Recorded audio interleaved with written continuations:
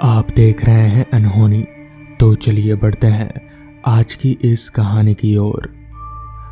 मनोहर का घर पुराने कब्रिस्तान के पीछे था और उसके घर के छत से वो कब्रिस्तान अच्छे से दिखता था। वो हर रोज उस कब्रिस्तान को पार करके ही अपने काम पर जाता था। मनोहर के 2 बच्चे थे और दोनों बच्चे बड़े ही शैतान थे। बड़े बेटे का नाम रॉकी और छोटे बेटे का नाम विकी था। एक बार गर्मियों की छुट्टी में रॉकी और विकी की बहन सोनिया भी आई हुई थी। तीनों मिलकर रात के लगभग 12 बजे एक रूम में ट्रूथ और डेयर खेल रहे थे। रॉकी सोनिया से पूछता है कि तुम ट्रूथ लोगी या डेयर। सोनिया डेयर लेती है और पूछती है, तुम लोग कोई खतरनाक काम करने के लिए तो नहीं कहोगे ना।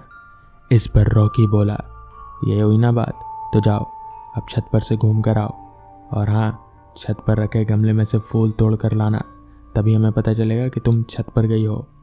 इस पर सोनिया बोलती है, छत पर से तो कब्रिस्तान दिखता है, मैं नहीं जाऊंगी। रॉकी और विकी दोनों सोनिया को छत पर जाने के लिए ज़बरदस्ती बोलते हैं। सोनिया छत पर जाती है और जैसे ही गमले में लगे फूल की तरफ पड़ती है तभी उसकी नज़र कब्रिस्तान की ओर पड़ती है। कब्रिस्तान में एक बड़ा सा सूखा पेड़ होता है। वो देखती है कि उस पेड़ पर एक सर कटी हुई उल्टी लाश लटक रही है। सोनिया उसे देखती है और जोर से चिल्लाती हुई बेहोश हो जाती है।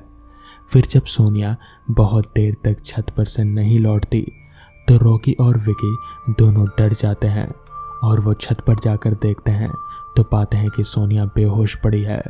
वो तुरंत मनोहर को बुलाते हैं और सारी बात बताते हैं। इस पर मनोहर बोला, तुम तीनों को ऐसा खेल खेलने की जरूरत क्या थी?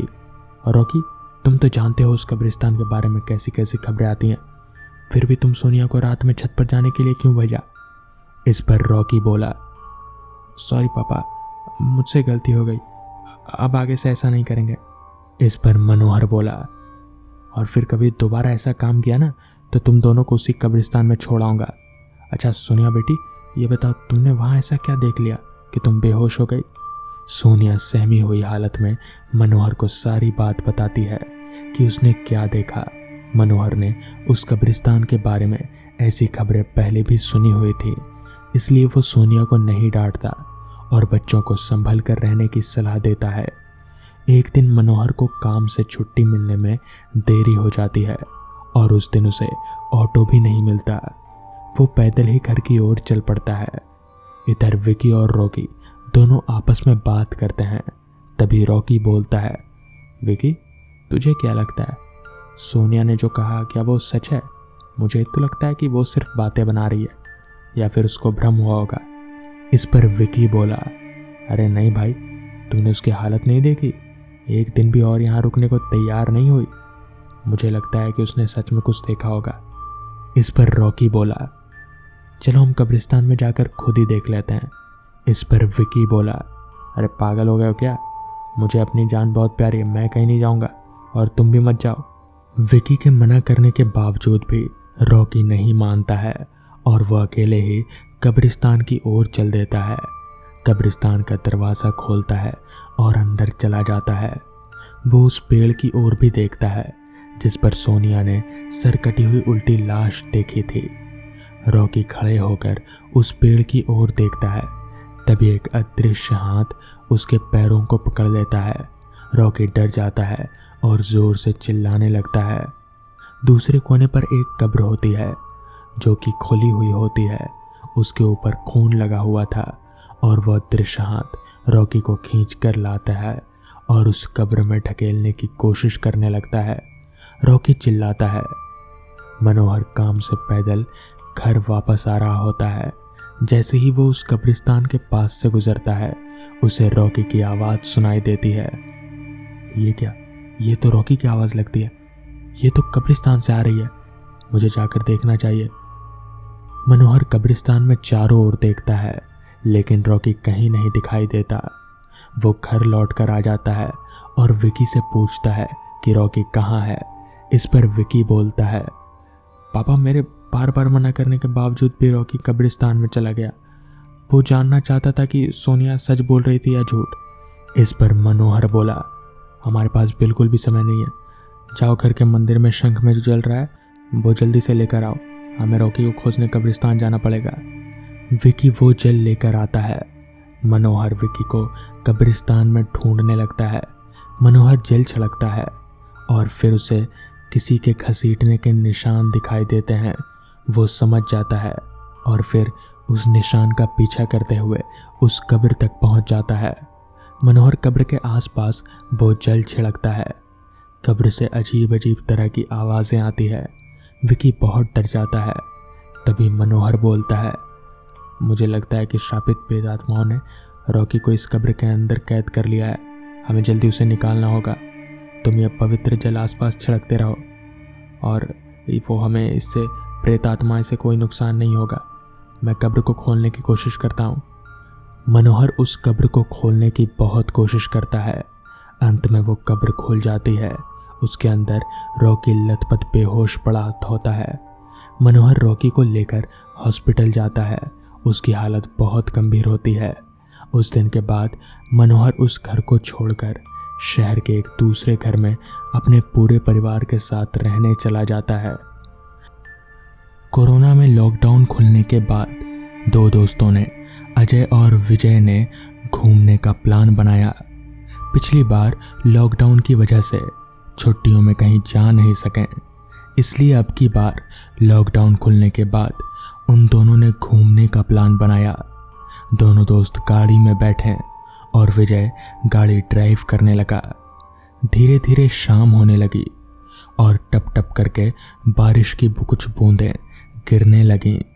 तभी अजय बोला, वाह क्या मौसम है, आज तो मज़ा आ गया सच में। तभी विजय बोला, यार अंधेरा होने वाला है, चल वापस चलते हैं। नहीं यार, देख तो कितना अच्छा मौसम है, ऐसे मौसम में वापस जाना बेवकूफ़ी है। तभी विजय बोला, नहीं यार देख रात होने वाली है, चल वापस चलते हैं। अबे तू बस ड्राइव कर और इससे ज़्यादा मज़ेदार मौसम का आनंद ले।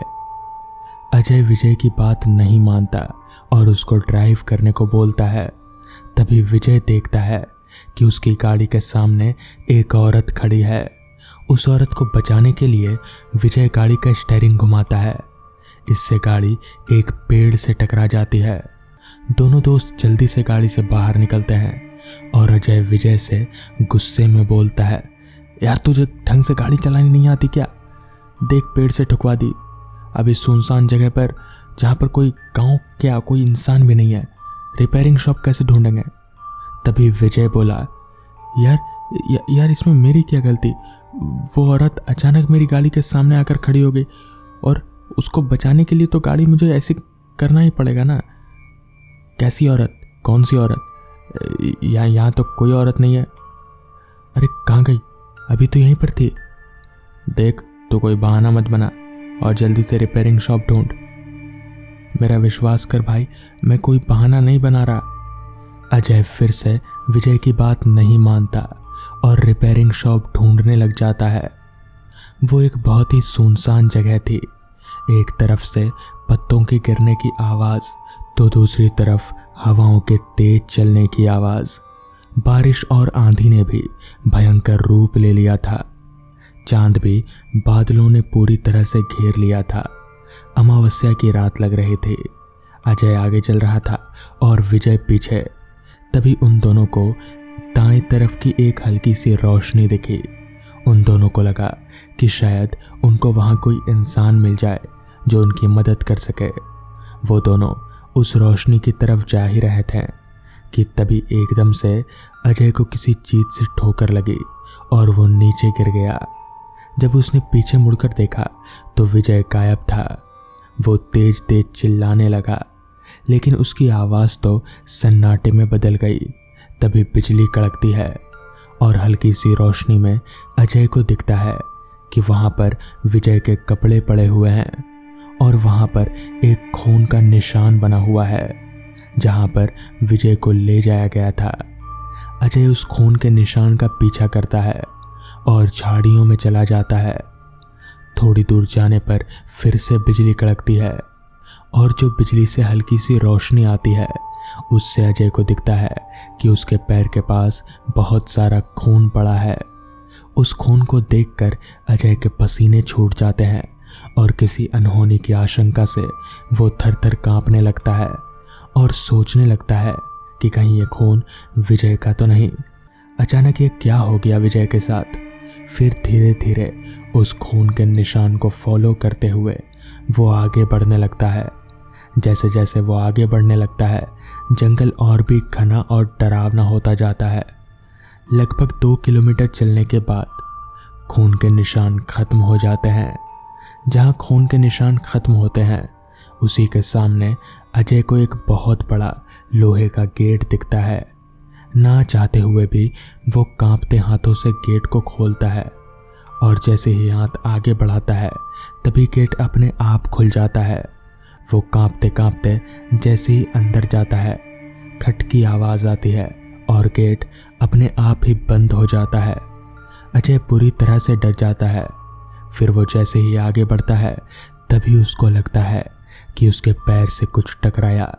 जैसे ही वो नीचे देखता है, वो थर-थर कांपने लग जाता है। उसके पैर के पास एक औरत की आधी कटी हुई लाश पड़ी थी, जिसका सिर कटा हुआ था। उस लाश को देखकर अजय के पसीने छूट जाते हैं। पहले तो उसको लगा कि यह विजय की लाश है, लेकिन जब उसको पता चला कि यह औरत की लाश है तो वो समझ जाता है। फिर धीरे धीरे वो आगे बढ़ने लगता है। थोड़ी दूर जाने पर वो एक कब्र के गड्ढे में गिर जाता है। गड्ढे में गिरते ही वो देखता है कि विजय एक हाथ में फावड़ा लिए गड्ढे को भर रहा है जिसमें अजय गिरा हुआ था। तभी अजय उसको बोलता है, अरे विजय, ये क्या कर रहा है तू? लेकिन विजय उसकी एक नहीं सुनता और पूरा गड्ढा भर देता है। सिर्फ अजय का सिर ही बाहर रह जाता है और शरीर गड्ढे के अंदर। वो देखता है कि विजय हवा में उल्टा लटक कर शैतानी हंसी हंस रहा है। तभी तो काली परछाइयां आती हैं और एक परछाई विजय का पहला पैर तो दूसरी परछाई विजय का दूसरा पैर पकड़ लेती है।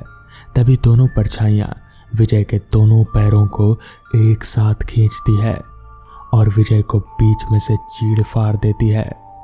लेकिन ये क्या, विजय तो आधा कटकर भी शैतानी हंसी हंस रहा है। तभी अजय देखता है कि विजय का आधा कटकर फिर से हाथ में फावड़ा लिए खड़ा है और जो अजय का सर बाहर रह गया था वो उसकी तरफ बढ़ रहा था। मगर तभी अचानक से वहां पर पता नहीं एक साधु के भेष में कोई आदमी आता है और उस आदमी को देखते ही विजय पता नहीं कहां गायब हो जाता है। वो साधु अपने मन ही मन में कुछ मंत्र बड़बड़ा रहा था और जल्दी जल्दी फावड़ा लेकर अजय को कब्र से बाहर निकाल रहा था। जैसे ही अजय कब्र से बाहर निकला, उस साधु ने अजय को कहा, जल्दी यहाँ से निकलो, जितना जल्दी हो सके अपनी गाड़ी में जाओ और यहाँ से निकलो। इस पर अजय बोलता है, पर मेरा दोस्त। इस पर बाबा बोलते हैं, उसे कुछ नहीं हुआ, ये सब एक छलावा था, वो गाड़ी में मिलेगा, जाओ जल्दी निकलो यहाँ से। जिसके बाद अजय वापस अपनी गाड़ी में आता है तो देखता है कि विजय वहीं गाड़ी में ही बेहोश पड़ा है। जिसके बाद वो अपने दोस्त विजय को लेता है और सीधा वहां से बाहर निकलता है। तो दोस्तों, ये थी आज की पहली कहानी। तो चलिए बढ़ते हैं आज की दूसरी कहानी की ओर।